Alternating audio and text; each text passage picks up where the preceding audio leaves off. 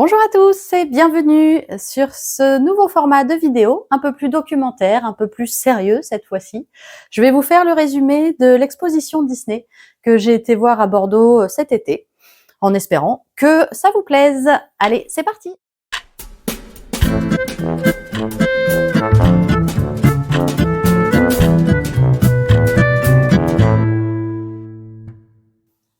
L'exposition s'intitule L'architecture des réalités mises en scène, reconstruire Disney, et elle se trouve au Centre d'architecture Arc en Rêve à Bordeaux.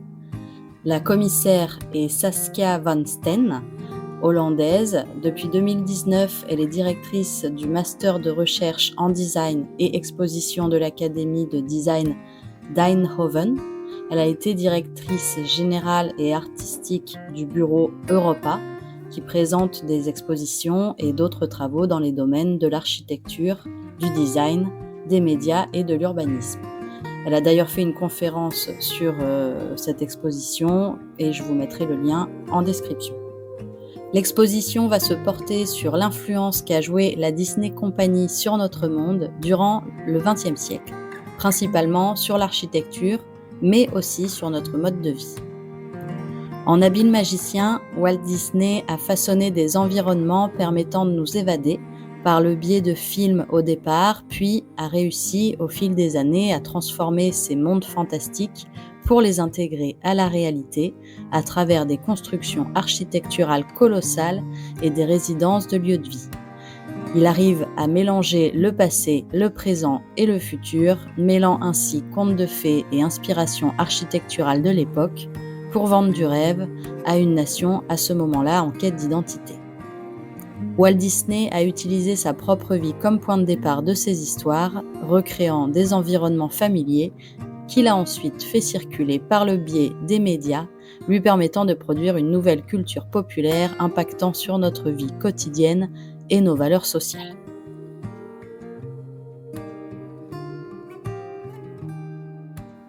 Né à Chicago le 5 décembre 1901, Walt Disney grandit dans une ferme de Marceline dans le Missouri. Il est passionné par la nature, les trains et surtout par le dessin.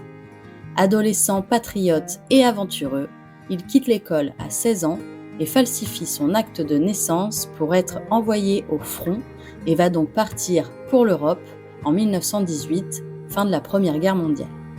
Il va devenir ambulancier pour la Croix-Rouge, sans même avoir passé son permis, et va donc sillonner les routes de France et découvrir ses paysages et notamment ses châteaux.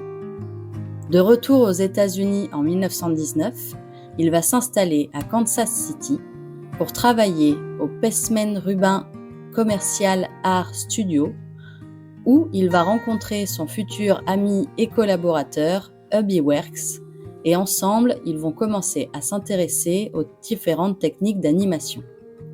Il va ensuite créer sa première série de courts-métrages Lofograms. En 1922, avec son frère Roy, ils vont fonder les Disney Brothers Studios et vont produire leur premier succès, les Alice Comedies, où une jeune actrice, Virginia Davis, interagit avec des personnages de dessins animés. En 1928, le personnage de Mickey Mouse voit le jour, sous la patte talentueuse de Hubby Works, qui a rejoint l'équipe, et c'est Walt Disney lui-même qui lui prêtera sa voix pendant les 4 premières années. En 1933, le studio va acquérir la caméra multiplane, qui permettra de donner de la profondeur au dessin animé, et en 1937 sortira le premier court-métrage utilisant cette technique, Le Vieux Moulin, qui fait partie de la série des Silly Symphonies, et également Blanche-Neige et les 7 nains.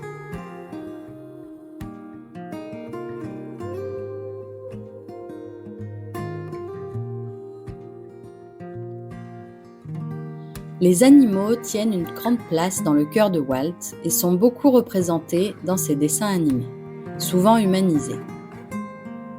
Il s'est beaucoup inspiré également de l'histoire, des paysages et de la culture européenne, notamment de sa littérature, de ses contes de fées et de son architecture. Il parcourt l'Europe à plusieurs reprises et ramène à chaque fois de nouvelles inspirations.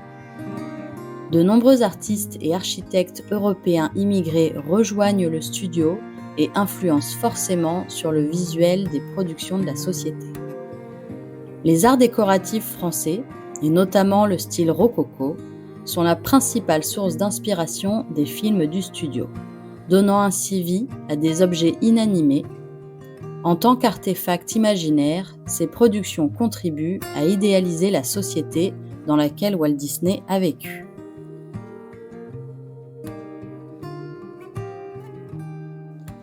La popularité de Mickey Mouse ne cesse de croître, au travers de fan-clubs, de magazines, produits dérivés et apparitions publiques. Il s'immisce petit à petit dans les objets du quotidien. Pendant la Seconde Guerre mondiale, les studios sont impliqués dans la production de films de propagande pour le compte du gouvernement, ce qui sauvera Disney de la faillite, car même si la sortie du film Blanche-Neige en 1937 a engrangé d'importants bénéfices, la réalisation du film Fantasia au début des années 40 provoquera une chute des recettes déjà affaiblies par la guerre. Se rajoute à cela la coûteuse construction des studios à Burbank, la masse salariale importante et pour ne rien arranger, la célèbre grève de 1941, organisée par les travailleurs réclamant l'égalité des salaires et le droit à se syndiquer.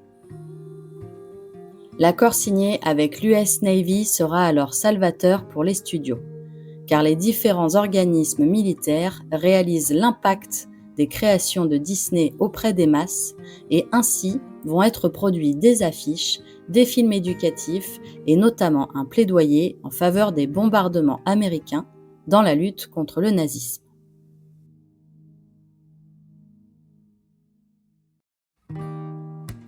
Au début des années 40, inspiré par la foire ferroviaire de Chicago et d'une visite au jardin de Tivoli au Danemark qui ont été aménagés en 1943, Walt Disney a l'idée de bâtir l'endroit le plus heureux du monde, The Happiest Place on Earth. C'est donc en Californie, sur une ancienne orangerie à Anaheim, qu'il supervise la conception et construction d'un parc à thème de 65 hectares appelé Disneyland. Avec le soutien de la chaîne ABC, Walt rentabilise son investissement en racontant à l'écran la fabrication du parc, les progrès technologiques utilisés et les avancées au fur et à mesure de la construction, familiarisant ainsi les futurs visiteurs à son projet visionnaire. Il va collaborer avec des piliers de l'industrie américaine pour les attractions, comme General Motors.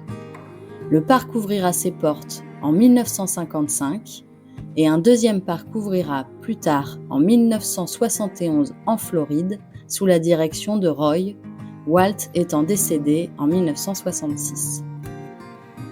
L'agencement astucieux de ces parcs crée l'illusion d'une succession de mondes différents, tels que Adventureland, Frontierland ou Tomorrowland, tous reliés les uns aux autres. Le studio conçoit et brevette des systèmes innovants et diverses astuces pour rendre le parc plus magique. Tout est réfléchi. La mobilité, les flux de piétons, l'organisation des files d'attente, la gestion des déchets, etc. Par exemple, tous les drapeaux américains sont des faux, dépourvus d'une étoile ou d'une bande, afin de ne pas être soumis aux réglementations de hissage et d'abaissement. La technique du Go Away Green est utilisée pour camoufler les objets comme les lampadaires ou les poubelles qui sont indispensables au parc mais dissimulés dans le décor afin que le visiteur n'y fasse pas attention. L'immersion est multisensorielle. De la musique joyeuse est diffusée partout dans le parc, l'odeur des pop-corn, les couleurs vives, les personnages réels que l'on peut rencontrer et l'imposant château de la Belle au bois dormant qui offre un point de repère pour s'orienter dans le parc.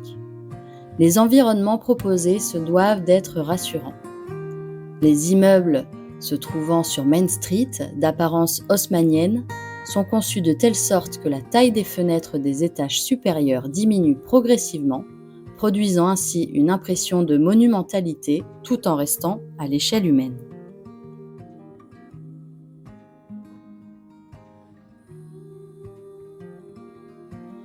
Les films de Disney mettent souvent en scène une nature sauvage, intacte ou animée, du premier court-métrage des Arbres et des Fleurs en 1932 aux paysages qui servent de toile de fond à Blanche-Neige ou Bambi, en passant par la série de documentaires animaliers créés par Walt entre 1948 et 1960, True Life Adventures.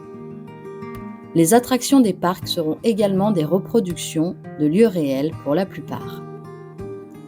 Cela révèle l'attachement de Walt Disney à l'idée de conquête de frontières inconnues et de terres dites vierges, constitutives des fondations coloniales de la société euro-américaine.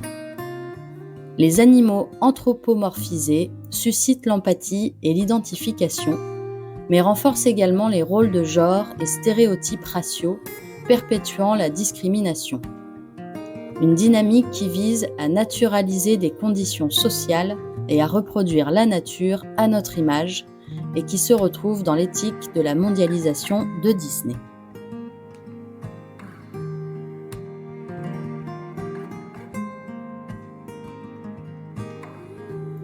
Les parcs Disney ont servi de terrain d'expérimentation, l'ambition étant de transposer dans le monde réel les méthodes de conception employées dans le monde enchanté des parcs.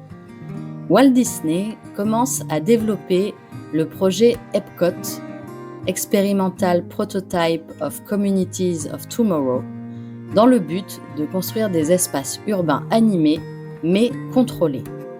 Par exemple, la maison du futur Monsanto, présentée à Disneyland de 1957 à 1967, présentait des appareils ménagers, comme le lave-vaisselle et le micro-ondes, novateurs à l'époque et devenus aujourd'hui tout à fait ordinaires.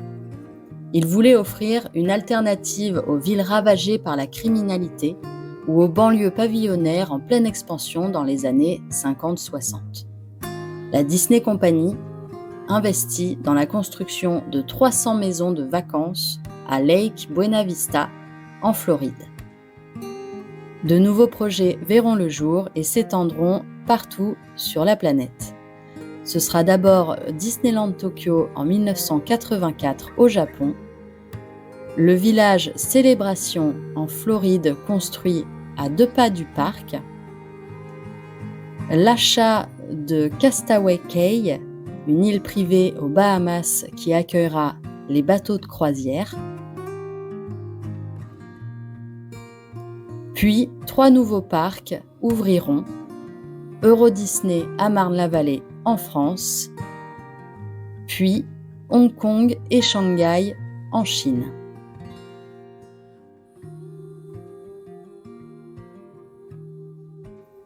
Val d'Europe et ses 5 quartiers ont été créés dans la commune de Marne-la-Vallée, dans le cadre de la politique de Ville Nouvelle. Lancé en 1987, le projet visait à implanter près de Paris un parc de type américain aidant à développer l'immobilier et l'emploi. La création de ce quartier inaugure un partenariat public-privé pionnier entre l'État français et la Walt Disney Company. À la même époque, apparaissent en France les ensembles résidentiels sécurisés, une architecture familière poussant une tendance à la ségrégation sociale. La charte stricte de Disney dicte les lignes directives relatives à l'aménagement et à l'architecture du quartier entre néo-traditionnel et néo-classique. La taille des logements et les prix pratiqués favorisent l'exclusivité afin de s'adresser principalement aux familles de classe moyenne. L'espace est le lieu devenu des signifiants. Ce partenariat marque un changement dans la perception de la ville, non plus espace politique axé sur une multitude d'habitants, mais ville marchande centrée sur les signes et les objets.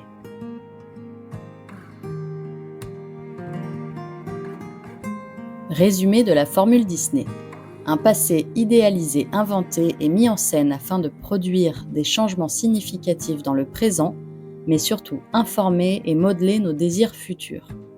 Un cycle auto-entretenu entre réel et imaginaire génère une boucle rétroactive qui se nourrit des productions médiatiques fictives d'un côté et des biens de consommation tangibles de l'autre.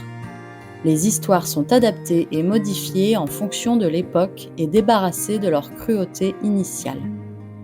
Conformément à la vision de Walt Disney, les personnages et leurs histoires sont au cœur d'un univers en perpétuelle croissance formé de dessins animés, films, parcs, centres de villégiature, marchandises, produits de services et de streaming. Walt comprend l'importance de l'avènement de la télévision au commencement de celle-ci, en agissant sur l'éducation, les médias, le divertissement, les biens et les modes de vie. Il a influencé de nombreuses facettes de la vie quotidienne de la classe moyenne.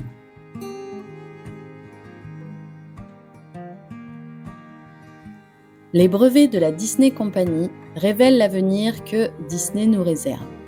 La société a poursuivi sur la voie tracée par son fondateur, en construisant une entreprise en pleine expansion reposant sur des fables désormais devenues réalité. Disney continue d'être omniprésent dans nos vies, avec des investissements immobiliers, des parcs sur la plupart des continents, d'énormes quantités de marchandises sous toutes les formes imaginables, souvent produites dans des conditions de travail déplorables, et des croisières, des jeux numériques, ainsi que la plateforme Disney+, diffusée directement dans les foyers. Dirigée aujourd'hui par son PDG Bob Iger, l'entreprise a déployé des efforts pour répondre à ceux qui l'accusent d'accentuer la discrimination. Disney s'efforce à produire des récits à l'image de ses innombrables communautés de fans et de son public dans le monde entier. Des versions revisées, des scènes coupées, des avertissements, des chansons modifiées, etc. Disney collabore avec des représentants des différentes cultures pour dépeindre au mieux les différents peuples et leurs cultures. Ces efforts ont pourtant des résultats mitigés, certains les taxant de simple recherche de profit, d'autres, comme Ron DeSantis, gouverneur ultra-conservateur de Floride, les poursuivant en justice pour avoir critiqué son projet de loi homophobe Don't Say Gay. Porté dès son origine sur les avancées technologiques, Disney investit actuellement d'importantes sommes dans l'acquisition de start-up dans les domaines de la robotique, de la réalité virtuelle, de l'intelligence artificielle et des images générées par ordinateur. Peu d'entreprises ont l'impact mondial, politique et culturel de Disney. Reste à voir comment ces technologies transformatrices seront utilisées. Dans un contexte où nous ne pouvons plus être sûrs face à un portrait s'il s'agit d'une personne réelle ou générée par une IA, il devient aussi plus difficile de distinguer la fiction de la réalité, une évolution dont Walt Disney a été pionnier, l'ayant initié bien avant l'ère numérique. Et voilà, c'est la fin de cette vidéo. Merci à vous de l'avoir regardée. Moi, j'ai trouvé cette exposition très intéressante, donc j'espère que vous aussi. En tout cas, merci de continuer à me suivre et n'hésitez pas à vous abonner. Et je vous dis à la prochaine pour une nouvelle vidéo. Bisous!